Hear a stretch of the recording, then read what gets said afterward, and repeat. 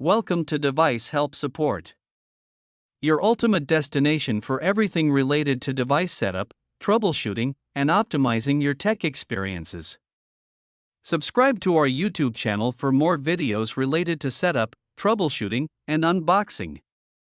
And don't forget to press the bell icon so you don't miss our latest videos. Are you looking for the best mini Wi-Fi extender? Then this video is specially made up for you.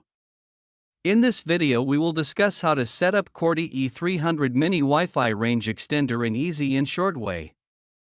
Follow our step-by-step guide to set up the Coredy E300 mini Wi-Fi and enjoy your seamless Wi-Fi connectivity. So watch this video till the end. Now let's start the setup process. Firstly, we will unbox the Coredy E300 mini Wi-Fi range extender box. Inside the Coredy E300 mini Wi-Fi range extender box, you'll find the Wi-Fi extender, a user manual for setup instructions, and a power adapter, if required for your region. Some versions may also include an Ethernet cable for wired connections. Now plug the Coredy E300 into a power outlet near your router. Wait for the power LED to turn solid. On your phone, tablet, or computer, open Wi-Fi settings. Look for a Wi-Fi network named Coredy_E300_2.4G or Coredy_E300_5G. Tap to connect, no password required. Open a web browser, Chrome, Edge, Safari. In the address bar, type 192.168.10.1 and press Enter. This will open the Coredy E300 setup page. You'll be prompted to enter login credentials. Use username as admin and password as admin. Click Login to proceed. The setup page will show a list of available Wi-Fi networks.